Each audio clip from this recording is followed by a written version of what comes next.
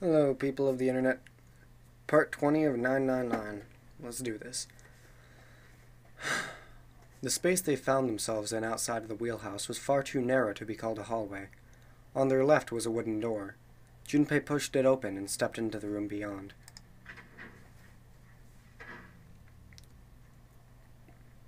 It was full of all manner of turn-of-the-century electronic equipment. Most of them were things they had never seen before. They had no idea what they might have been for, let alone how to operate them. One smaller machine had a metal bar that ended in a circular handle. Ace seemed to recognize it. Ah, yes, a telegraph key. These were used to transmit Morse code a long time ago. He turned and slowly took in the room. This must be the communication office. Across the room from the door they entered through was another door. A metal plaque was nailed to it. It read, Captain's Quarters. The Captain's Quarters? That's what it says. Then, do you think? I am Zero, the captain of this ship. Ace swallowed. Junpei could feel his hands begin to sweat. Only Clover seemed unaffected. Well, we won't know if we don't open it. She walked up to the door and put her hand on the knob. It opened easily, and without so much as a pause, she walked in. Junpei and Ace followed. The first thing they saw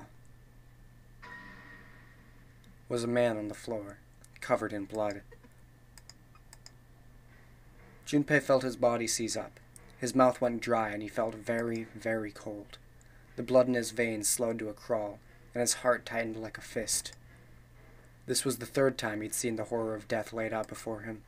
He didn't think it was something he could stand to see much more of.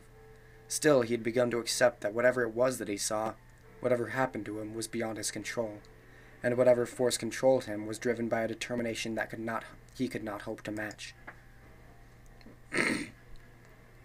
A sense of helplessness, of desperation, washed over him. It left behind a feeling of utter emptiness that wormed its way through his body like acid. Then he realized they had yet to check the man's pulse. Perhaps he was still alive. Fueled by that spark of hope, Junpei ran to the man's body, and his heart fell.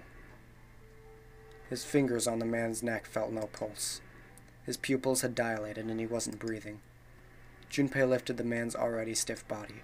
There was a deep red wound on his chest. Junpei did not have to wonder long at what could have made such a wound. For lying next to the corpse was an axe. The entire blade of it was drenched in bright red blood. From the shape of the man's wound, there could be no doubt that it had been made by the axe. Junpei looked at the body again.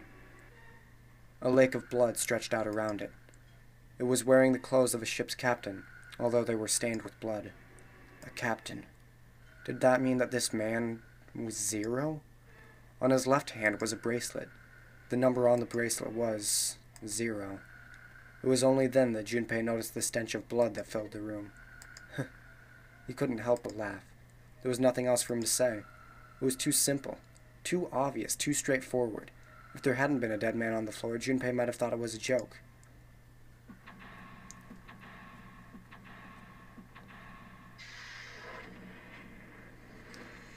Seek a way out. At this point, the only doors we haven't gone through are doors 1, 9. Or, no, this is door 1, obvious. The doors 9 and 8. So, this screen shows what's going on in a small room somewhere that I don't recognize. This screen showing what's happening at the central staircase on B deck. The room on this screen looks really fancy. There's just some random hallway on this one. This screen shows the big hospital room. This one shows the central staircase on C deck. I don't recognize the room on this one. There's a bunch of weird buttons on here. They probably switch what you see on the screens. You know how to work this thing? Why don't we just press one of these? Like, this one. Well, I guess it does change the... What the hell is this? There's nothing on the monitor. Just static. Hey, isn't that the door on the screen, the one right behind us? You're right. So whatever that camera sees is sent to this screen in real time. I wonder if that means something, you know? There's nothing on the screen monitor, just static. Junpei snorted with grim humor from the second time since he's come into the room. The 4 screens along the bottom had read a single letter each, spelling out 0. Junpei felt as though he was being mocked. The real villain was somewhere, laughing at him.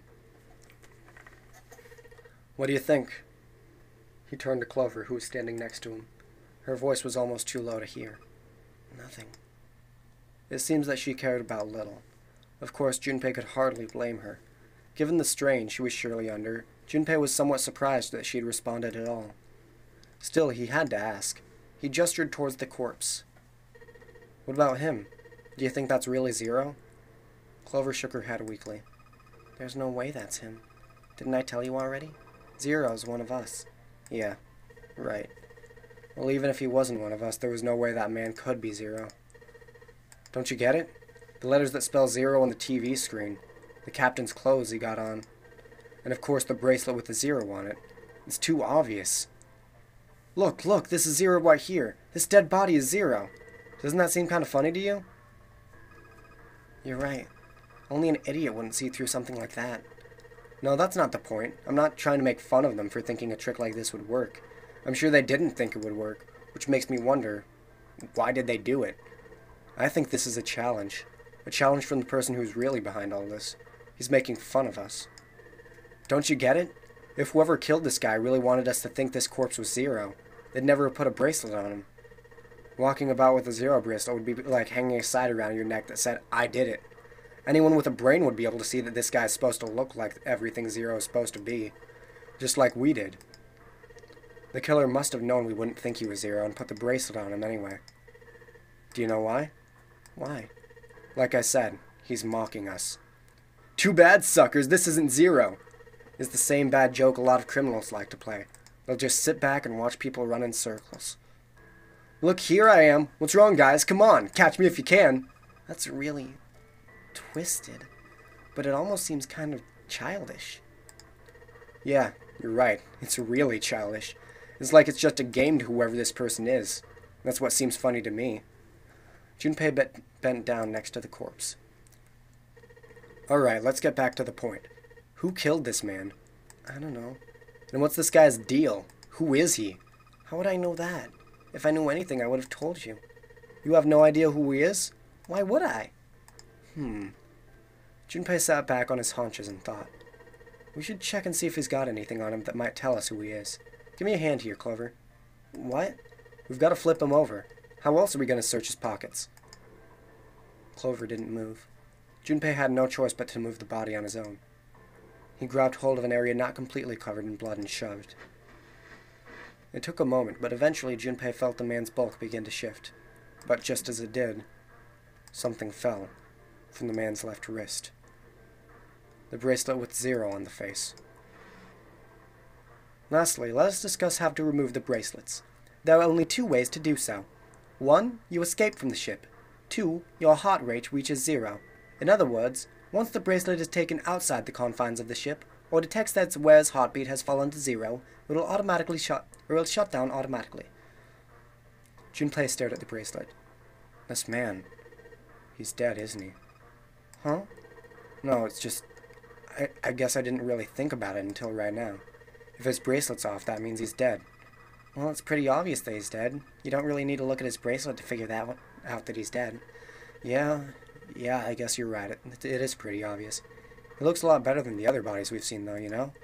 I mean, if there wasn't all this blood, he'd almost look like he was still alive. I mean, I know it's kind of a messed up thing to say, but he kind of has it better, you know? Dying from a bomb going off inside you? I mean, that's just... Some of Snake's bones went right through his skin. I think the explosion must have thrown him against a wall or something. There was a broken bone just sticking out of his left arm. Suddenly, Junpei realized what he was saying. How could he have been so cruel? He clapped his hands over his mouth. But it was already too late. He turned to look at Clover. She was glaring at him furiously. What did you just say? Her words sounded cold. He knew an apology could hardly atone for what he'd done, but he tried anyway. Oh man, I'm so sorry. I shouldn't have said that. I really don't know what I was thinking. I mean, no! That's not what I'm talking about. What did you say about his arm? Arm? Yeah, his left arm. You said it, didn't you? Well, yeah, I did, but... I mean, didn't you see it too? Of course not. I could barely look at him. Clover took a quick, deep breath. Are you sure it was his left arm? Junpei thought back. Yeah, I'm pretty sure it was. And he had a broken bone, right? What the hell are you getting at here? Just shut up and answer me. She shoved her face closer to his. He could see the fire in her eyes. Junpei winced and swallowed. Yeah, he did. It was pretty bad, too. The bone was sticking out of the arm. No sooner were the words out of his mouth than Clover's expression changed. Suddenly, she was crying. Junpei wasn't sure what to do. Thank you. It was close to the last thing he'd expected to hear. Junpei had no idea what had just happened. He didn't think he'd done anything worthy of thanks, and he couldn't understand why she would have chosen that moment to begin crying. So he simply stood there, confused. Thank you, Junpei. She thanked him again, and then something even stranger happened. Clover threw herself into Junpei's surprised arms. Hey, what's going on with you? I'm sorry, it's just... I'm so happy. Why? The body in the shower room. It isn't his. It isn't my brother. Huh? It's not Snake. Why on earth would you think that? Because his left arm is... She stopped herself. I'm sorry. I really shouldn't be talking about this. Junpei decided it would be prudent not to press her for any more information.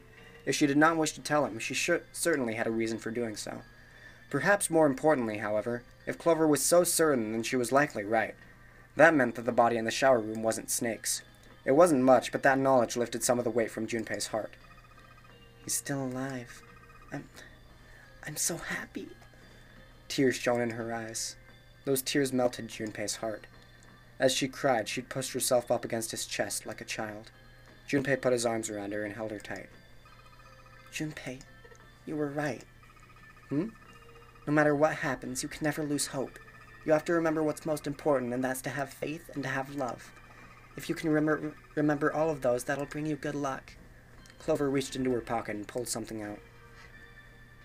It was a laminated bookmark with a 4-leaf clover. I only made it here because you gave me this. I was suspicious of everybody, and I was angry and miserable. But because I had this 4-leaf clover, because of what you said to me, Junpei hadn't thought his words would have had such an effect on her. Her words were making him feel a little awkward. Thank you so much, Junpei. She looked up at him. He scratched his nose and pretended to notice something interesting somewhere else in the room. If you really want to thank somebody, you should be thanking Santa. Santa? Why? Well, he was the one who gave me that thing. And the words for each leaf, I got that from him too. Then suddenly, Clover broke away from Junpei. Huh? He looked confused. He hadn't thought she'd react that poorly. Clover began to pace around the room. 6 steps to the left, 6 steps to the right. Another 6 to the left, and then she stopped. Did Santa really tell you those things? Her eyes were serious, but not angry. Yeah, he did. Did I, say something wrong? Oh no, not at all. In fact, this could be really good news. I think. You think? Santa knew about the words in the clover. The only people who should know about that are the other subjects. Subjects? The other people who were in the experiment 9 years ago, with my brother and me. But he's blind, and I was part of the Nevada test group, so neither of us would be able to recognize the faces of the people who were on this boat. Whoa, whoa, whoa, whoa! Time out! Junpei held up his hands. He took a deep breath and let it out. Let's just calm down for a second, okay? Start from the top. Don't start with the end and then jump to the middle. You gotta start at 1 and then move to 2 and 3 and 4 and so on. If you don't tell me the stuff right in order, I'm never gonna be able to figure it out. Clover nodded. Alright, let's start with this experiment. What happened on this boat 9 years ago? Do you know about morphogenetic fields? He did, and the realization sent chills down Junpei's spine. Alright, how about this? Theory of the telepathic mechanism. Junpei recounted what Lotus had told him earlier. Clover nodded. Telepathy, huh? Well, that's not really it, but I suppose it's similar. So they were testing telepathy on this ship? Yeah, I guess so. So, what exactly did they have you guys do?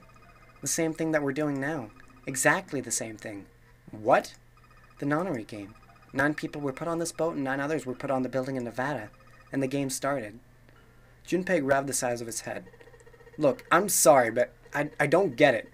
What do the nonary game and some telepathy experiment have to do with each other? Clover bit her lip. She blinked back sudden tears. What had happened to her in Nevada?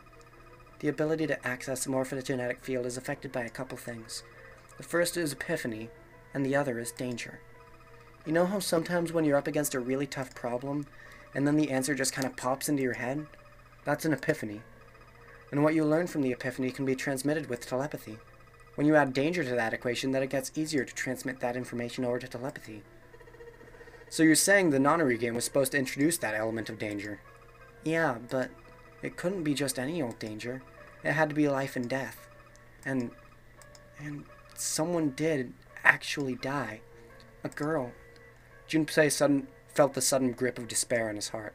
Something deep and distant and powerful squeezed, and for a moment he felt very, very empty and alone. She was on the boat with my brother. I was in Nevada, so I never met her, but I did hear her name. Her name was, The sound of the door opening was like a gunshot. Junpei spun around. Oh, my apologies. I seem to have disturbed you. Ace, you two must have strong stomachs. I can't imagine how you could stay in this room for so long. Ace glanced down at the floor, at the corpse covered in blood. At any rate, Junpei, would you be so kind as to come and help me with something? I'm having a little trouble and I could really use your assistance. Come on, it'll only take a moment. With that, he turned and walked back towards the communication office. Clover waited until he was out of sight, then spoke in a small, quiet voice. I don't want Ace to hear us. We can talk about this later. Huh? Hey, wait! Clover ignored him. From outside, Junpei could hear Ace calling. Junpei, what are you doing in there? Hurry up! Ah! Grumbling to himself, Junpei stomped off towards the communication office. Now let's actually do puzzles. That was new to me, that part. I didn't know anything about the Nevada thing. So. Hey Ace, look, it's a model of a steam train. How on earth did you arrive at that conclusion? A pair of headphones. I can't hear anything. Guess whatever they were connected to doesn't work anymore. It's a telegraph key. A machine for transmitting Morse code. I tried sending an SOS earlier, but I doubt that did anything. Zero would never make it that easy. So you think it's broken? No, it works. I'm just not sure if it actually transmits anything outside of the ship. A telegraph key. Ace says you use it to send messages in Morse code. Hey Ace, look! There's a big-ass rat trap over here. I told you, that's a telegraph key. It's a device that transmits messages through Morse code. Lol, getting real mad. It looks as though that drawer is the only thing that's locked. I don't see a keyhole, though. An electric lock, perhaps. Take a look at the left side of the drawer. Yeah, there's some cables over there. That must mean an early telecommunications device, most likely used to transmit a radio signal of some sort. I experimented with it earlier, but to no avail. I imagine it's broken. Hey, what's this? It's blank. There's nothing written on it. A white piece of paper. It's blank.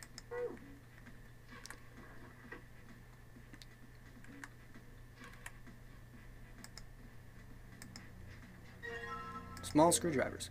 A set of small screwdrivers. Perhaps we can use them to dismantle small devices.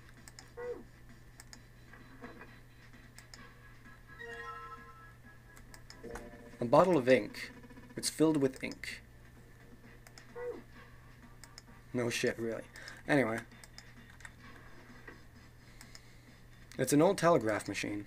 I'll be honest, I have no idea how it works. It's an old telegraph machine. Nothing suspicious here.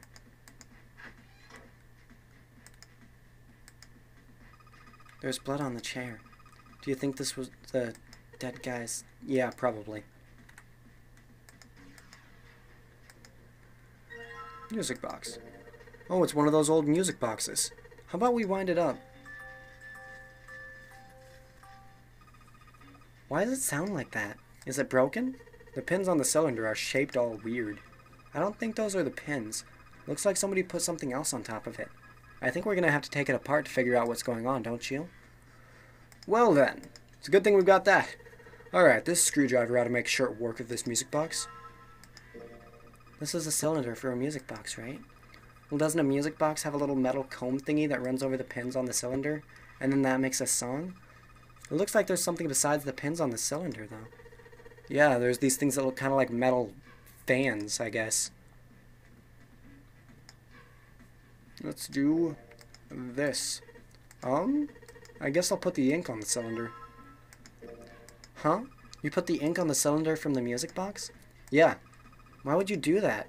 I've got a theory. Now I just gotta roll the cylinder across a piece of paper. And if I'm right, the ink should...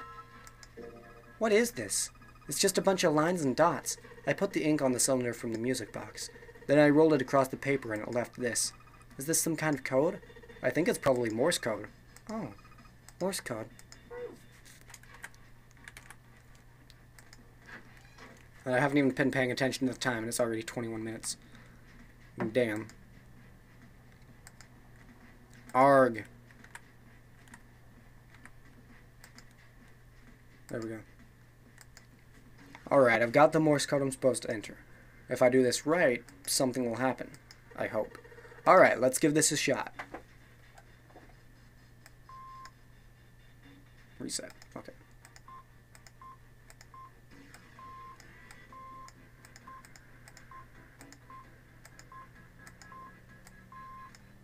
If somebody wants to translate this, that would be awesome, or I could just do it. Fuck. Or I guess I could just do it on my own time.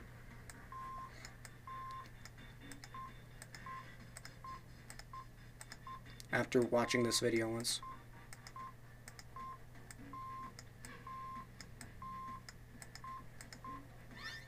There we go. That's the last one, and... Yes! Excellent work, Junpei. Good job. You seem to have figured it out. You've unlocked the drawer.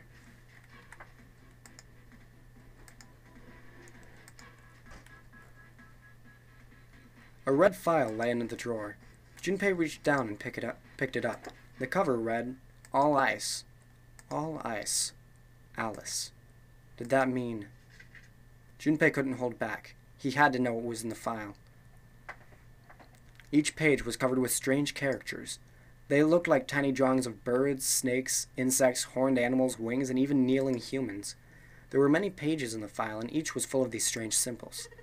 What the hell is this? He didn't realize he'd spoken aloud until Ace looked over at him. They're hieroglyphs, a form of writing used in ancient Egypt. My ass hurts. I'm sure you don't want to know that, but anyway. I have to rest this desk part holding the keyboard and the mouse on my lap now instead of having it just slide out from the desk. It's uncomfortable to sit. Ancient Egypt? That's right. Can you read them? Of course. I can't. What would make you think I could? What the hell? What the hell? Junpei flipped through a few more pages. It wasn't just one or two pages that were covered in the strange symbols. Every single page was covered in them. Trying to read them was pointless. Junpei wasn't going to waste any more time with them. He made to close the file. And something fell out. He bent down and picked it up. A keycard. There was a symbol on it that reminded Junpei of the symbols for the Saturn and Mercury keycards. This one, however, had a dot in the center of the male symbol. Uranus. That's the Uranus symbol. LOL! Innuendos. Junpei looked over to see Ace examining the card. And I'm not saying innuendos just because Uranus, anus of the butthole. I'm saying it because, male symbol with a dot and Uranus. That's what I find funny. In addition to the Uranus symbol, there were 3 words engraved on the card as well. On the lower right, it said Bottom Deck Library. This must be a key to the library on the bottom deck. So it would seem. The bottom deck, the library. Junpei remembered something he'd heard from Seven when they'd been in the chemical closet. Alice sleeps in a small chamber past the forest of knowledge, beneath the navel of the gigantic. Did beneath the navel mean the bottom deck? Did the Forest of Knowledge mean the library? If it did, then was Alice in a room somewhere beyond the library? What's wrong? Junpei blinked. Only then did he notice Ace looking at him, curiosity and concern written across his face in equal parts. There was no reason for Junpei to hide his thoughts. He began to explain his theory to Ace. Then he stopped. It wouldn't make any sense if Ace didn't know who Alice was supposed to be. So he told Ace everything June had told him. About the Egyptian priestess, about Ice 9, and finally about the woman who wouldn't melt, who had been recovered from the Titanic disaster. He told him how she had eventually been called All Ice, which had eventually turned to Alice, and how she had been purchased by an English millionaire who called himself Lord Gordain. And how Gordain had hid Alice somewhere on the ship. And you think that he hid her in a small room beyond the library on the bottom deck? Yeah. Well, I guess so. I see. Ace stared off into the distance, his hand slowly and absent-mindedly stroking his beard. After a few moments, his hand stopped. He turned slowly to look at Junpei, and his brows drew together. Junpei, have you ever heard of the term CAS? CAS? It stands for Cells Alive System. It is an advanced technology for freezing and preserving organic matter. Put simply, it is a technique that allows one to freeze things without the formation of ice crystals.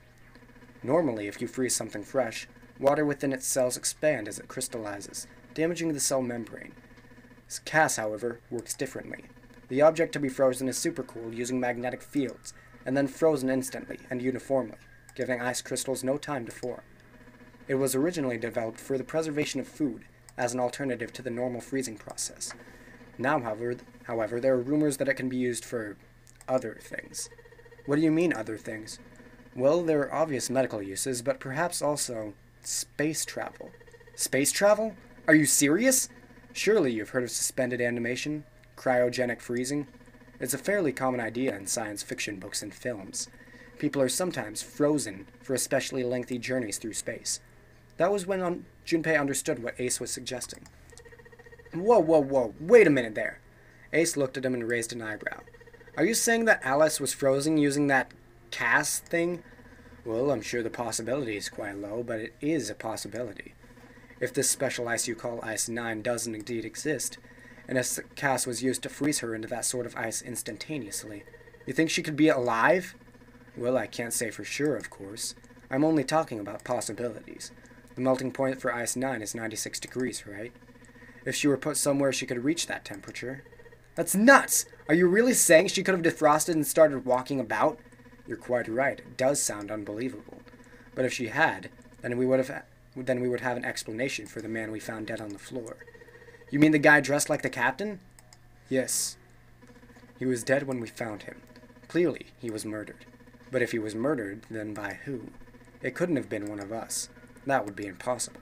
In order to enter the captain's quarters, one must first open door 1. That door that requires the Earth key prevented us from accessing door 1. Who was it that opened that door? Santa and Lotus. Right. Clearly, the two of them could not have opened door 1 or any other door for that matter. Who else, then, could have done so? Junpei thought for a second. No, nobody. After Santa and Lotus used the Earth key, they turned back and met up with Junpei and June, who had just returned from Edek. The four of them then proceeded to return to the largest hospital room to reunite with Ace, Seven, and Clover. By the way, this is also new information to me. When Junpei and his team had gone into the shower room, Ace, Seven, and Clover had been left in the large hospital room, but they would have been unable to open door 1. Perhaps when Junpei and June had taken the elevator to door 2 then. No, that would have been impossible. They had been gone only 5 minutes. No human being could have run to the captain's quarters, killed the man there, and run back in 5 minutes. It would be impossible for any of us to be the murderer. That being the case, who could have killed him? Wouldn't it make sense if his killer was someone who had been in the ship for some time? A person like that would know the ship well. They would know the locations of all the hidden passages and secret doors. The numbered doors would mean nothing to someone like that. It would be a simple thing for them to enter the captain's quarters. Then you're saying the killer was Alice. It was Junpei's turn to raise an eyebrow. Ace drew his thumb across his lips thoughtfully. Well, this is all only one possible theory. All ice. Alice. Was Alice indeed somewhere on the ship with them? Junpei had only one clue. The keycard in his hand. It would, he hoped, grant him access to the Forest of Knowledge. But beyond that, what waited for him beyond the Forest of Knowledge? Whatever might be there, however, would have to wait. At the moment, there was nothing Junpei could do. He gripped the keycard tighter and shoved it deep into his pocket. New material has been added to the file screen. Also, unique key. A key with a leather case. It isn't metal. My guess would be ceramic. Junpei, have you found a keyhole that might fit it? Let's see what the new file is. Oh yeah, okay. A file found in the communications office. It says all ice on the spine. All of the pages are filled with hieroglyphics from ancient Egypt. Egypt, god damn it. I need to read good, learn.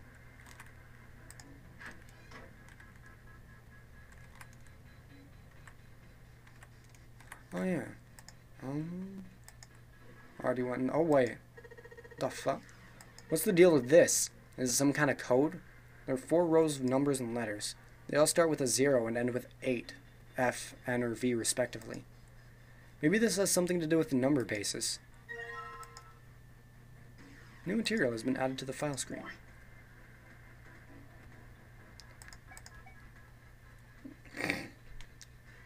Okay, numbers. 8, and then that's 15, and then if you keep going, that is the 14th letter in the alphabet, plus 9, or plus 10, so 24.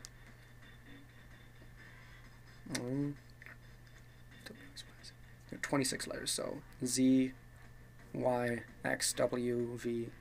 So V is the 21st letter, I think, or 22nd. So 22nd plus 10 is 32 or 31. One of those, so let's see.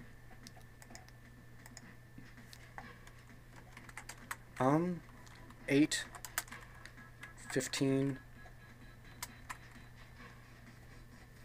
Oh wait, no, not plus 10 because the 0 is 0, obviously. 14 plus 9, so 23. And then 14. Let's just count this.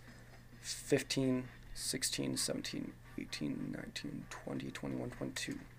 So 31. 8, 15, 23, 31.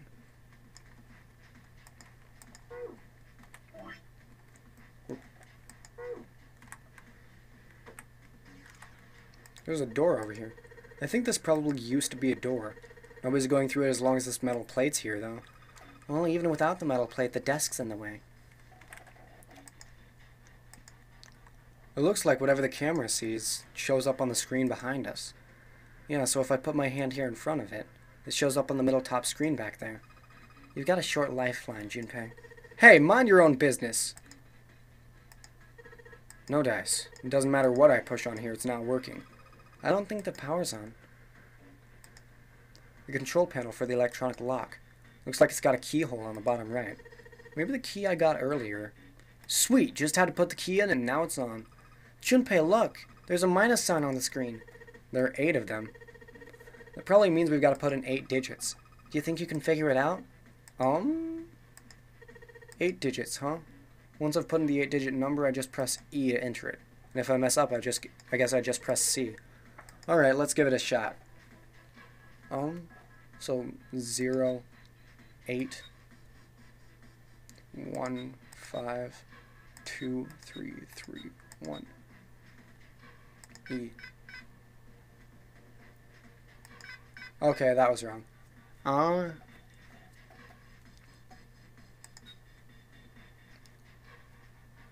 try just one more at each of those. 9, 1, 6, 2, 4, 3. Whoop. 0, 9, 1, 6, 2, 4, 3, 2.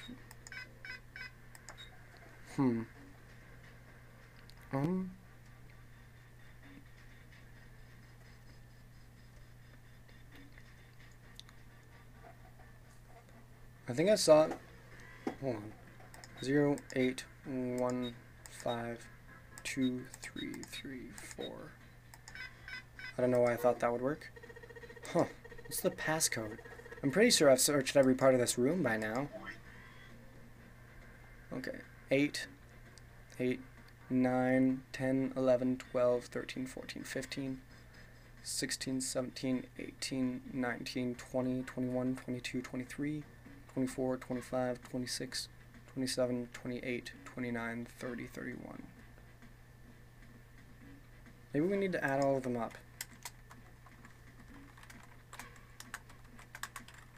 Let's see, 1 plus 3 plus 5 is 8. And then that just leaves those. Oh wait, no, plus 8. So 16, 6, and then add 1 to that, so that's 7. That would be 76, but I don't think that's what it is.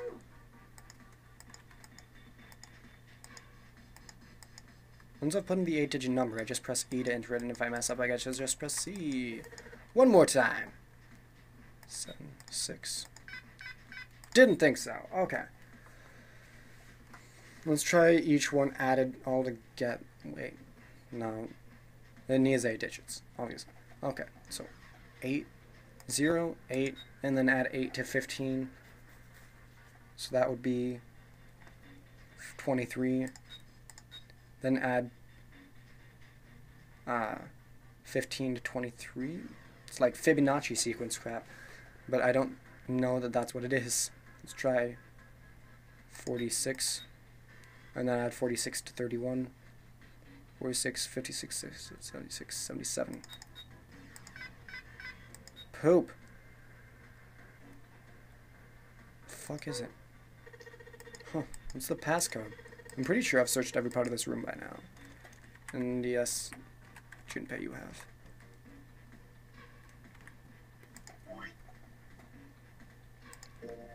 Numerical chart system found in the captain's quarters. 10 in base 10 is written as a hexadecimal, or is written as A in hexadecimal. Therefore, 11 is B, 12 is C, 13 is D, 14 is E, and so on. This chart shows the rules for each numerical system.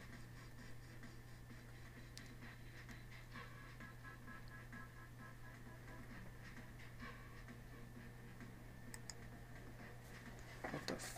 Why do I suddenly not understand this? F should be 15, and then that should be 23, and that should be 31. So why isn't it?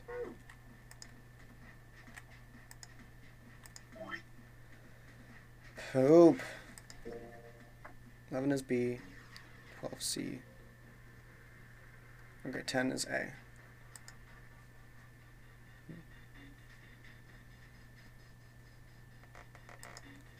Yeah, 10, 11, 12, 13, 14, 15.